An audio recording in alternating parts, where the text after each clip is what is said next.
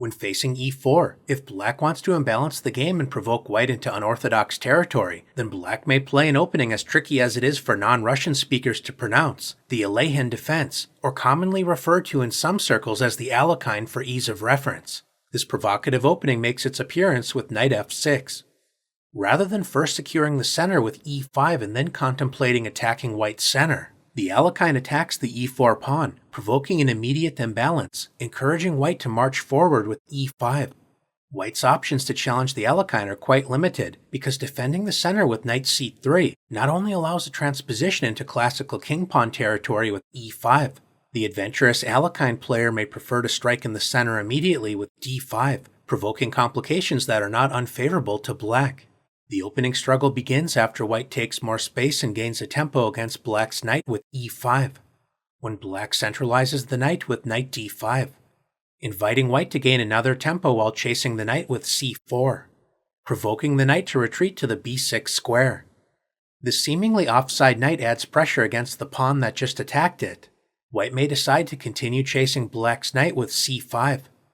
Whenever you advance a pawn forward, you always have to consider the space left behind. In this case, continuing to chase black's knight does weaken the d5 square, so the knight may return to the centralized point with knight d5. White may once again attack this restless knight while actively developing the light-squared bishop with bishop c4. Although c6 is also an interesting option, black typically supports the knight with e6, revealing the dark-squared bishop's pressure against the c5 pawn. Black is not especially worried about bishop takes d5, surrendering the bishop pair while doubling black's pawns with e takes d5, as black is prepared to strike against white's center with d6, confronting white's pawns on the 5th rank. We'll take a look at what happens when white supports the advanced pawns with d4 in a moment, but it's worth noting that white can invite gambit play with knight c3, adding a second attacker against the knight, so black typically exchanges knights with knight takes c3. B takes c3, dreaming of a future d4, is well met by the timely d5, striking in the center with good play for black. White may decide to open the d-file as well as a path for the dark-squared bishop with d takes c3. Now that the d-file has been opened for white's queen, striking in the center with d5 is less effective, as white is happy to open up the position with en passant c takes d6. There is no pressure to immediately capture the c5 pawn. A strong alternative is knight c6, attacking the other unprotected white pawn on the 5th rank. If black immediately plays bishop takes c5, then white will seek compensation for the pawn with queen g4, attacking the newly unprotected g7 pawn. It's important to avoid castling, as white has the strong response bishop h6, taking advantage of the pinned g7 pawn. It is possible to play g6, although this does weaken important dark squares on the king side. Retreating the bishop to f8 is more playable than it looks, preparing to strike against white's queen with h5 on the next move. In addition to the committal king f8, the interested viewer can also explore queen e7, returning the pawn if white plays queen takes g7, preparing to simplify the position by offering an exchange of queens with queen f8, leading to original, interesting play. No matter how black decides to respond to queen g4, white's active position fairly claims compensation for the pawn and is definitely worth exploring. Knight c3 leads to interesting play, but a more stable attempt is to support the vulnerable pawns on the 5th rank with d4. White has an impressive looking space advantage, but black has two important ways to challenge white's center. d6 is a typical pawn break in the Alekhine, when after the common exchange c takes d6, in c takes d6, this transposes into a line from the Alpine variation of the Sicilian defense. If black would prefer to keep the game in Alekhine territory, then another strong pawn break is b6, joining the dark-squared bishop in pressurizing the advanced c5 pawn. It's possible for white to immediately give up the bishop pair in order to compromise black's structure with bishop takes d5, and white may first decide to relieve the tension with c takes b6. Black's dark-squared bishop suddenly enjoys an open diagonal, and the rook on a8 is about to enjoy open lines on the a-file after a takes b6. If white continues with the natural developing move knight f3, then black is ready to exchange light-squared bishops with bishop a6, threatening to exchange white's best minor piece with a comfortable game. White can anticipate the light-squared bishop's pressure with knight e2, supporting the center while blocking the f1 to a6 diagonal, protecting the king and allowing kingside castling. The immediate d6 is a strong pawn break to consider, and black may also continue with the plan of offering an exchange of light-squared bishops with bishop a6. If white decides to exchange bishops, this invites knight takes a6, eyeing the b4 square, as well as preparing a potential pawn break with c5. Retreating the bishop with bishop b3 allows active options such as bishop b4 check and knight c6, adding serious pressure against white's position. A double-edged choice is to play bishop takes d5, e takes d5. White has surrendered the bishop pair, and the newly unopposed light-squared bishop applies annoying pressure against white's kingside. On the other hand, black does have double d-pawns, and white's e5 pawn still claims a central space advantage. With this in mind, black is prepared to resolve some of the structural issues with d6, preparing to undouble the pawns on the d-file. If white would like to discourage d6, an interesting attempt is knight b to c3. Attacking the d5 pawn, it's possible to reinforce the center with the reactionary c6, a somewhat passive, although playable option. If black would prefer to emphasize piece activity, then black can ignore white's pressure and simply play d6, inviting white to capture the pawn. Black enjoys strong compensation for the pawn after d takes e5, clearing the diagonal for the dark-squared bishop, as well as revealing the queen's attack against the d5 knight. White can respond by gaining a pawn and revealing the queen's protection of the knight with d takes e5. The e5 pawn is now a vulnerable target, so black can actively develop with knight c6, threatening the e5 pawn, preparing to meet the natural bishop f4, with knight b4, threatening to both capture the knight on d5, as well as eyeing the d3 square, forcing white to exchange knights with knight takes b4. Allowing the dark-squared bishop to actively enter the game with bishop takes b4 check. The two bishops exert incredible pressure against white's kingside, so this unpleasant position is not worth the momentary gain of a pawn on e5. The chase variation with c5 is a committal option that leads to interesting play, although white must be careful not to get overextended. Rather than chasing the knight, a solid option is to simply grab more central space with d4.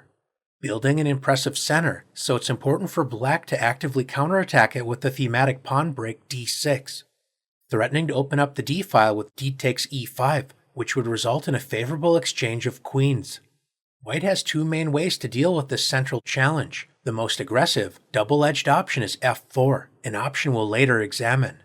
A more positional option is to exchange pawns with e takes d6, unsurprisingly known as the exchange variation, leaving black with an important decision to make. How exactly should black recapture? E takes d6 is the more symmetrical, solid option. We'll take a look at a sample line in a moment. The other choice is to imbalance the pawn structure with c takes d6. This is a more combative, but also riskier option. The d6 pawn allows the possible pawn break d5, or possibly support a future e5. Capturing with the c-pawn also grants white a queenside pawn majority. A promising line for white is to play knight c3, intending to stabilize the queenside prior to completing kingside development. Black's most active option is to play g6, intending to add pressure against white's center with bishop g7, so white can anticipate this with bishop e3, reinforcing the d4 pawn, which also prepares to meet bishop g7, allowing the strong response rook c1, supporting the c-file while vacating the long dark-squared diagonal. After black castles, white can secure the c4 pawn, often a sensitive spot in white's camp, with b3. This is a strong practical weapon for white, as black cannot easily generate the desired counterplay against white's solid center.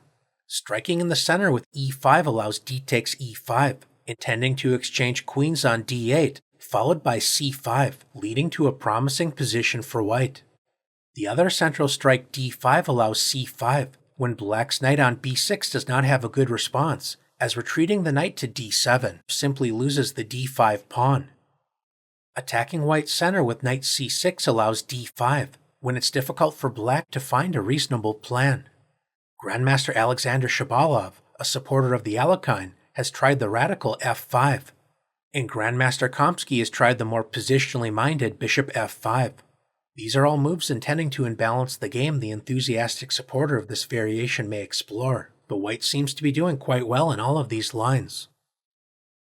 C takes d6 can lead to interesting play, especially if white is unaware of the strong line we just introduced, but with proper play black appears to be under some pressure.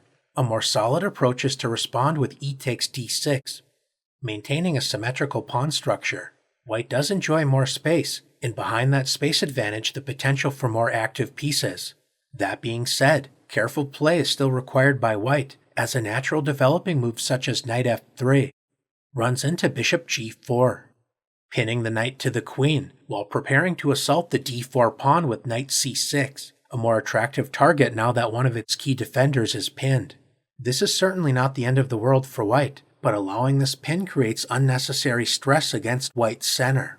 Rather than playing knight f3, allowing the annoying pin bishop g4, a strong alternative is to develop the other knight with knight c3, supporting the center while remaining flexible on the king side. There are no shortage of interesting ideas to explore, but a popular setup for white is to play bishop d3, followed by developing the kingside knight to e2. Immediately challenging white's center with knight c6 is a provocative choice to explore, but black's most common choice is to play bishop e7. Unlike the more aggressive c takes d6 lines we examined earlier, black does not fianchetto the dark-squared bishop with g6 and bishop g7. In this case, the bishop will still find life on the long diagonal from the f6 square without accepting any immediate kingside weaknesses.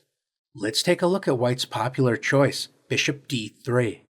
Activating the light-squared bishop, preparing to meet black's reasonable plan of castling kingside. With knight g to e2.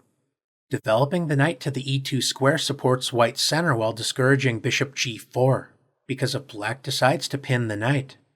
Not only can white play queen c2, unpinning the knight while attacking the h7 pawn, developing the knight to e2 allows the resource f3, gaining a tempo against the bishop and supporting white's center. It's worth noting that if black tries to take advantage of the exposed king with bishop h4 check, white can place both of black's bishops under attack with g3. Since the f3 pawn is now unprotected, black is relying upon the resource bishop takes f3, capturing a pawn while threatening the rook on h1. This allows white to build a serious lead in development by castling kingside, inviting sharp gambit play. But white also has another strong resource with the tactical shot bishop takes h7 check. If black refuses to take the bishop, then white is ready to castle with a strong initiative. White is prepared to meet king takes h7, with the double attack queen d3 check, regaining the bishop after king g8, queen takes f3.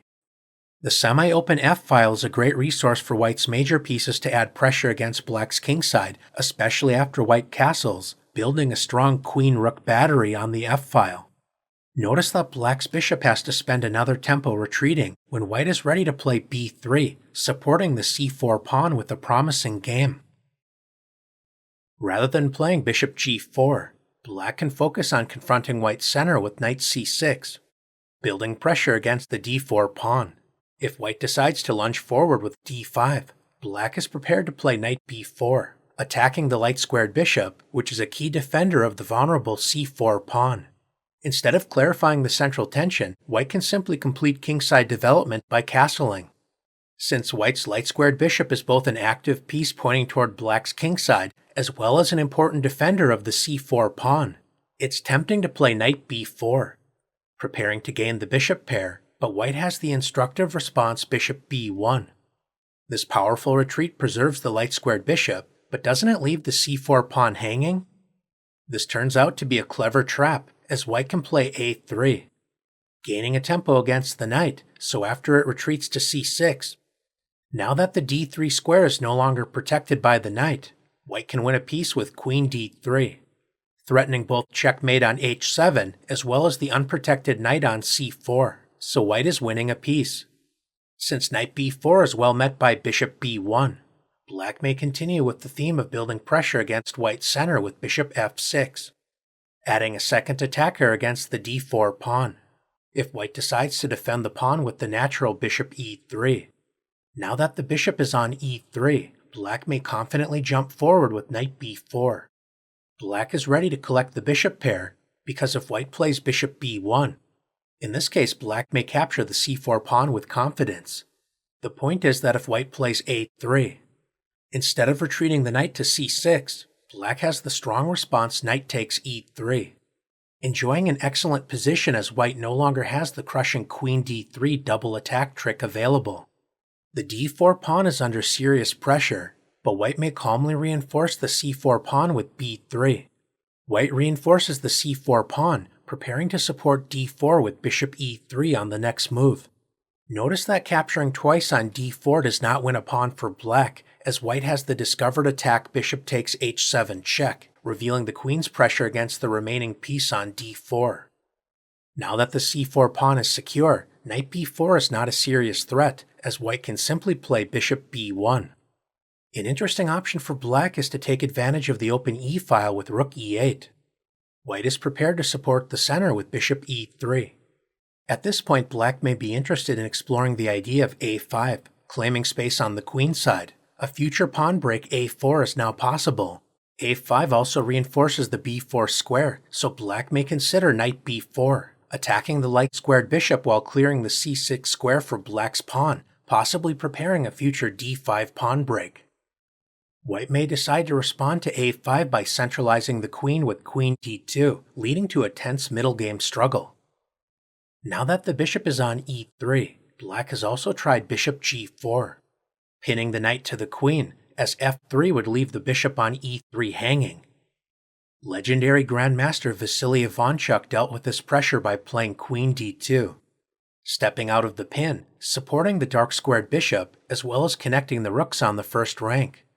Bishop h5 has been attempted, trying to exchange light-squared bishops with bishop g6, but the knight on e2 is well placed to respond with knight f4, preventing black's plan while preparing to collect the bishop pair. Ivanchuk's opponent, a then rising star known as Magnus Carlsen, tried to complicate the game by playing the thematic central strike d5, when Ivanchuk seized more space while attacking the knight on b6 with c5. The light-squared bishop remains quite awkward, so if black retreats the knight immediately, then white can play knight g3, preparing to harass the bishop with a future h3. With this in mind, Grandmaster Carlsen first inserted bishop takes e2, when white played the strong response bishop takes e2. The idea behind this move will be revealed in a moment, after black retreated the knight to the c8 square.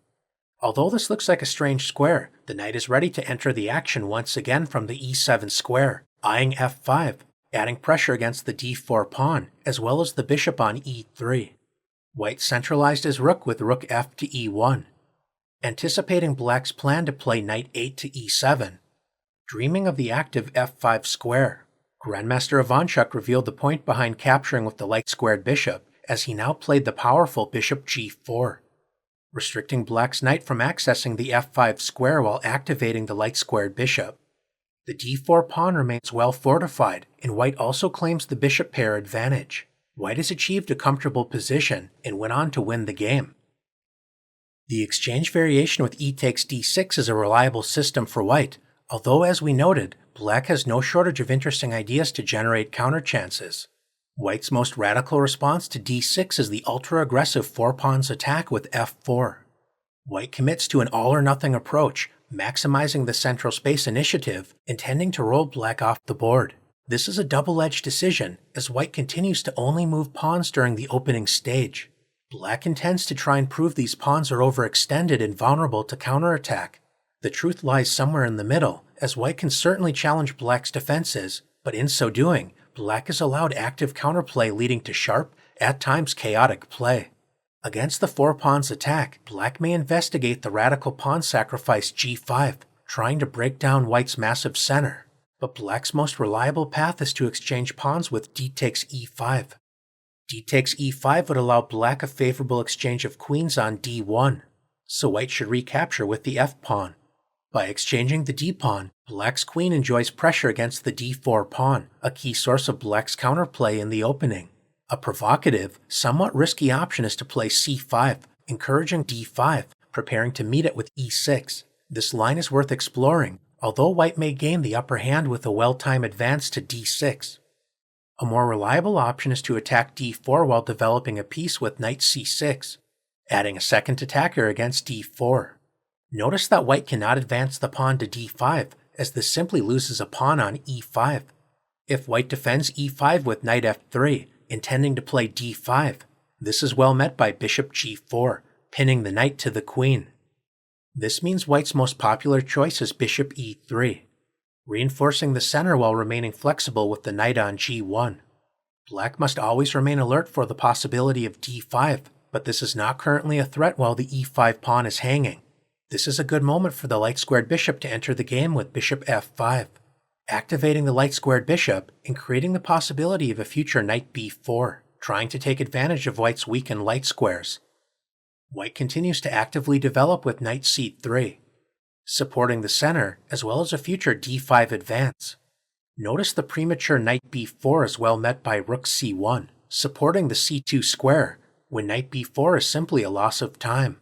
Now that the light-squared bishop has entered the action, black can support the center without blocking its development with e6, fighting for control over the d5 square. The immediate d5 is still a premature choice, not only because black can capture the unprotected e5 pawn, but the knight may also punish white's careless pawn advance with knight b4. This is a dream scenario for black against the four pawns attack. Knight c2 check is in the air, while white's advanced d5 pawn is attacked 4 times. White's center is simply overextended and about to collapse, the risk of pushing several pawns in the opening phase. Rather than the premature advanced d5, white may modestly develop with bishop e2, or simply play knight f3, supporting the center, possibly preparing straightforward development with bishop e2 and kingside castling. Since the bishop has already moved to the f5 square, spending another tempo on bishop g4 is not as effective. White can simply respond with bishop e2, leading to a pleasant game for white.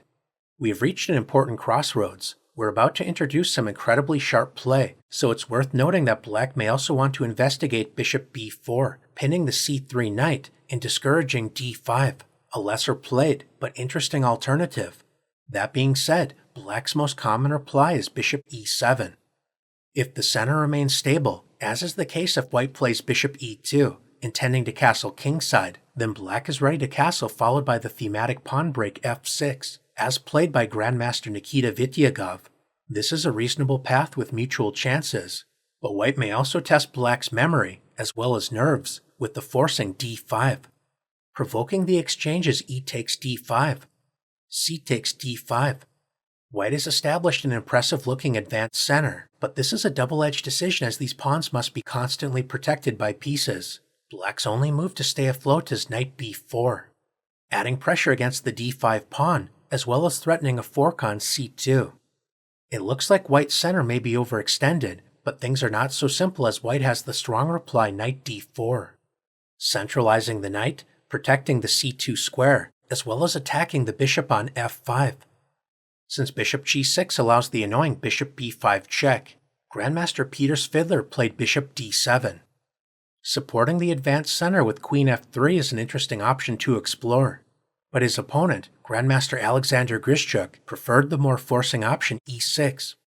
Provoking the exchange is f takes e6, and d takes e6. White's e6 pawn harasses the light-squared bishop, so Grandmaster Svidler played bishop c6. Exerting pressure down the long diagonal, Grandmaster Grischuk threw caution to the wind with the aggressive queen g4, attacking the g7 pawn and preparing to hunt down the enemy king. Grandmaster Svidler embraced the chaos with bishop h4 check. This leads to razor-sharp play in which both sides must play with tremendous accuracy, as a single slip can spell disaster. Grandmaster Svidler managed to successfully navigate the incredible complications and went on to win this instructive game. Immediately challenging the knight to c4 leads to dynamic positions we just explored, but it's also worth noting that white's most popular choice is to first play d4, gaining more central space while supporting the e5 pawn. Although black may experiment with knight b6, the most common choice is to strike in the center with the familiar pawn break d6. White may continue with c4, leading to the exchange variation, or possibly the chaotic four pawns attack. On the other hand, White may prefer to enter the popular modern variation with knight f3. This modest developing move acknowledges the Alekhine's right to exist, and rather than trying to refute black's opening play, white supports the center with natural development, maintaining flexibility with the exchange e takes d6, as well as the option to chase black's knight with c4. The modern variation is a popular way to positionally challenge the Alekhine, and black has no shortage of options to explore. Bishop g4 is a natural idea, although since white is not fully committed to expanding in the center just yet, allowing black to add serious pressure against the d4 pawn. Bishop e2, unpinning the knight, is a safe and solid choice for white. g6 is another option to consider, preparing to fianchetto the dark-squared bishop. But in this video we are going to introduce the Larsen variation with d takes e5. Named after Danish Grandmaster Bent Larsen, this reveals another point behind developing the knight to f3. White can centralize the knight with knight takes e5. White's active knight adds pressure against the sensitive f7 pawn, so black would love to exchange this piece. In a famous encounter, Grandmaster Larsen played the immediate knight d7, preparing to exchange knights. Former world champion Mikhail Tal, known for his ingenious attacking play, was understandably tempted to sacrifice the knight on f7. He ultimately decided to avoid this choice, playing bishop c4 instead, eventually leading to a draw. With the aid of modern engines, we now know that knight d7 is a bad move, and that white is fully justified in sacrificing a piece with knight takes f7, exposing the king after king takes f7, with the double attack queen h5 check, forking the king and unprotected knight on d5. Returning the piece allows white an overwhelming advantage, so the king reluctantly marches forward with king e6. White has several tempting options. One powerful choice is c4, attacking the vulnerable knight when black's exposed king is in serious trouble. Knight d7 is a good idea, but it's currently not a good move. In order to avoid the tactical bomb knight takes f7, black should support the knight on d5 with c6. Now that the knight on d5 is supported, black may consider playing knight d7.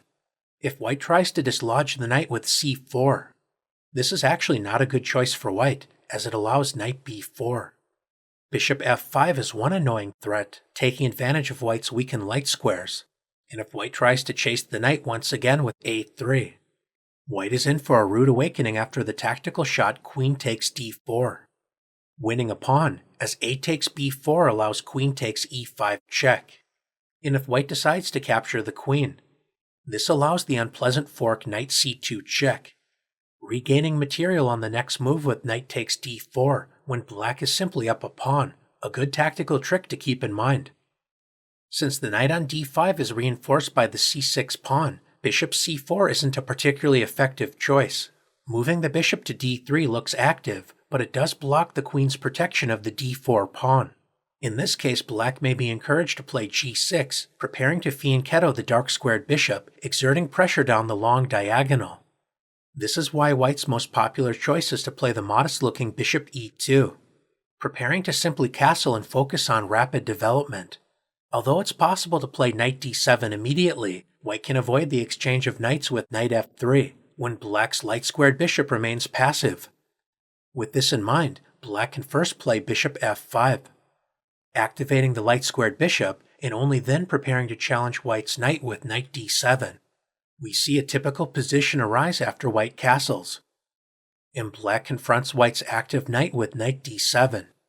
Since white enjoys a comfortable space advantage, it's better to avoid exchanging pieces with knight f3. A sensible continuation is e6, supporting the center while also preparing kingside development.